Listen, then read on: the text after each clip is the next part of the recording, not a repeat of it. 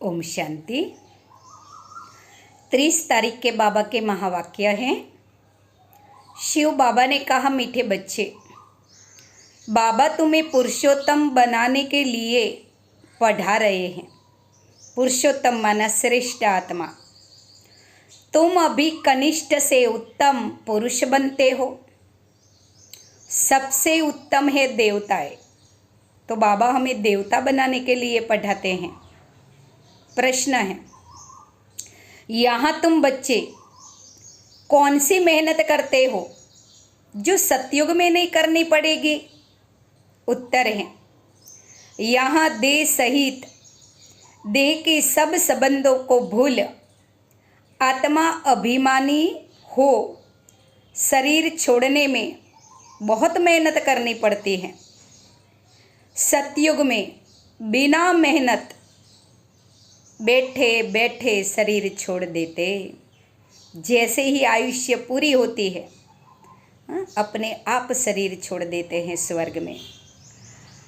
अभी यही मेहनत व अभ्यास करते हो।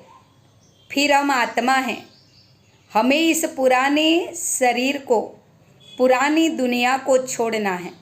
यह अभ्यास अभी करना है। नया शरीर लेना है। सतयुग में इस अभ्यास की जरूरत नहीं, क्योंकि आत्मा को अभ्यास हो गया संगम में कैसे बैठे बैठे शरीर छोड़ते हैं। फिर स्वर्ग में यह अभ्यास करने की जरूरत नहीं रहती। धारणा सार है, ब्रह्मा बाबा ने अपना सब कुछ ट्रांसफ़र कर दिया, शिव बाबा को अर्पण कर दिया। सोचा भी नहीं ऐसे फॉलो फादर करना है।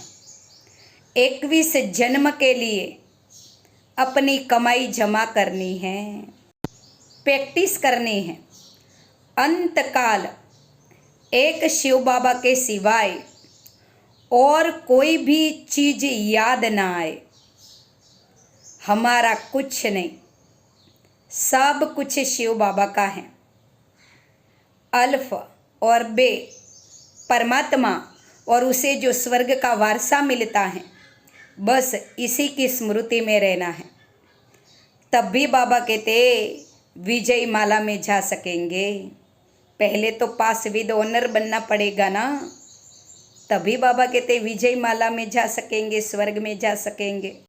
वरदान है, मनसा पर फुल अटेंशन देने वाले चढ़ती कला के अनुभवी विश्व परिवर्तक भव। हमारी मनसा हमें श्रेष्ठते श्रेष्ठ बनानी है। जब हमारी मनसा, मन के विचार श्रेष्ठते श्रेष्ठ होगा, तभी हम विश्व परिवर्तन कर सकेंगे। वरदान के सार में बाबा ने कहा कि अब लास्ट समय में, अभी अंतिम समय में मनसा द्वारा विश्व परिवर्तक के निमित्त बनना है। इसीलिए अब मनसा का एक संकल्प भी व्यर्थ गया तो समझो बहुत कुछ गया। एक संकल्प को भी साधारण नहीं बनाना है। वर्तमान समय संकल्प की हलचल भी बड़ी हलचल हो जाती है, क्योंकि अब समय बदल गया। पुरुषार्थ की गति भी बदल गई। तो संकल्प में ही फुल स्टॉप चाहिए। कोई भी व्यर्थ आया निकालो, फुल स्टॉप लगाओ। जब मनसा पर इतना अटेंशन हो, तब चढ़ती कला द्वारा विश्व परिवर्तन कर सकेंगे। जब तक हमारी मनसा व्यर्थ में लगी हुई है, तब तक न हम अपना कल्याण कर सकते हैं, न विश्व का कर सकते हैं। तो सबसे पहले क्या पुरुषार्थ करना है? अपनी मनसा को श्रेष्ठ बनाने का।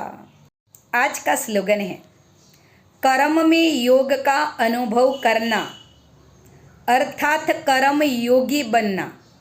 कर्म का संन्यास नहीं करना है, कर्म तो करना ही है, पर हर कर्म शिव बाबा की याद में करना है। मैं और बाप दोनों कंबाइंड हैं। है ना, बाबा को भूलना नहीं है।